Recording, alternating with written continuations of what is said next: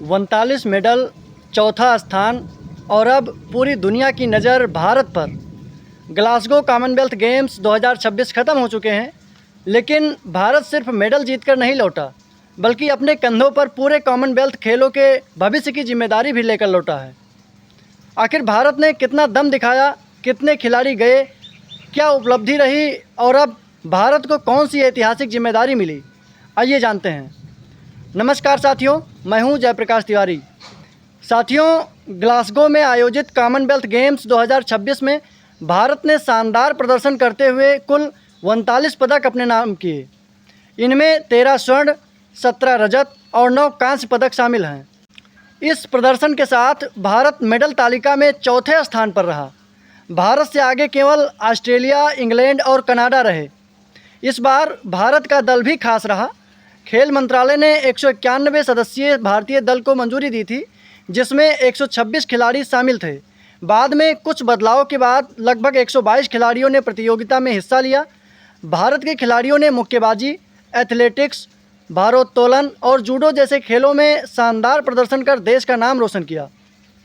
हालांकि 2022 बर्मिंघम खेलों की तुलना में इस बार कुल पदक कम रहे, लेकिन इसकी एक बड़ी वजह यह भी थी कि ग्लासगो 2026 का आयोजन सीमित खेलों के साथ किया गया था।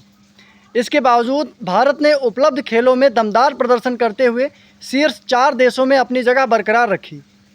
लेकिन सबसे बड़ी खबर समापन समारोह से आई। क्लोजिंग सेरेमनी में ओलंपिक स्वर्ण पदक विजेता नीरज चोपड़ा और भारतीय ओलंपिक संघ की अध्यक्ष पीटी उषा ने आधिकारिक रूप से कॉमनवेल्थ गेम्स का ध्वज और सेरेमोनियल बैटन स्वीकार किया। इसके साथ ही दुनिया को संदेश मिल गया कि अगले यानी 2030 के कॉमनवेल्थ गेम्स भारत के अहमदाबाद में आयोजित होंगे। इसका मतलब सिर्फ खेलों की मेज़बानी नहीं है, इसका अर्थ है कि दुनिया के दर्जनों देशों के हज़ारों खिलाड़ी भारत आएंगे। खेल अवसंरचना का विस्तार होगा, पर्यटन और निवेश को बढ़ावा मिलेगा, लाखों लोगों के लिए रोजगार के अवसर बनेंगे और भारत की वैश्विक खेल पहचान और मजबूत होगी। यही आयोजन भारत के 2036 ओलंपिक मेज़बानी के सपने को भी नई मजबूती दे सकता है।